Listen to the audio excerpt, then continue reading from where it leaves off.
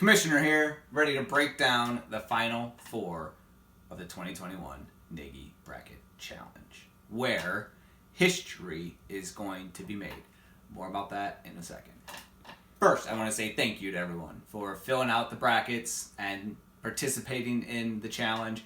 We had, I think, 28 submissions this year, which is awesome. So thank you. And of course, added bonus, everyone submitted their name, their bracket to the challenge before the deadline. So it's the first time in a while that that's happened.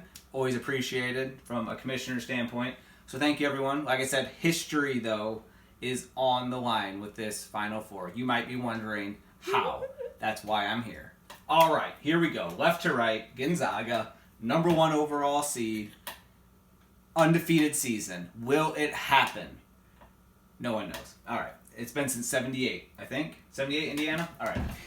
That team's undefeated. And that team was not in a bracket of 64. So this would be the first time since it's gone to 64 teams, actually 68, UCLA, shout out, that a team has gone undefeated through the season, through the bracket. Does this Gonzaga team have it?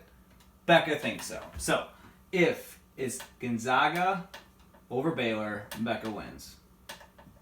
Which would be historic, not only in the context of Gonzaga's run, but also in the fact that the Roops have done a terrible job in the Gnagey Bracket Challenge, and we have never actually won as a family.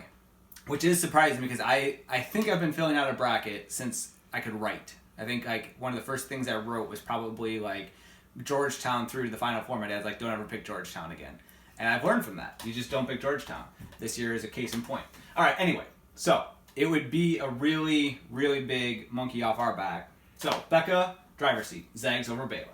Now, anything with Houston goes to Scott, all right? This just makes this really easy. So Scott picked Houston to, he actually has Gonzaga over Houston, but because of no one else having Houston, he's in the driver's seat for any scenario with Houston. Now, Scott presents a historic scenario because it would be the first time ever that a husband-wife won back-to-back years. And also the first time that there's been even the same person in the same house winning back-to-back. Anyway, so that would be historic if it happened.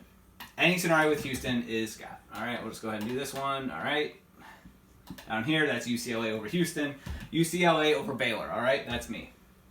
Now, I have to note that this whole UCLA thing is really weird how it all shook out. Because had Michigan won last night, which means they just would have had to hit 1 3 out of their 3 shots in the last 30 seconds, everything would have changed.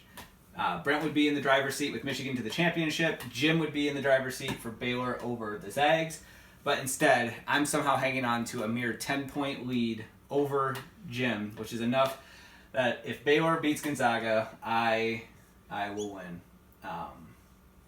Which would be, for me, a little bit of redemption from 2017 when Gonzaga played North Carolina and Jim won. He went back-to-back. So it would have been fun to see a three-peat. I want to be alive for the three-peat. I just didn't want it to be this year. So that's me sharing a little bit from the heart. Okay, up to the scenario. Baylor over UCLA. That's also me. All right.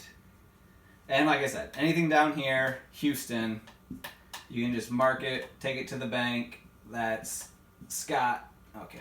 Sorry, Scott. There you go. That's it. We got there. 5 letters. 6 letters. I was up last night watching the game is what I'm trying to communicate. I got to bed at about 1 o'clock. All right. So that is your Final Four scenario. There are 3 possible championships. Count them. 3.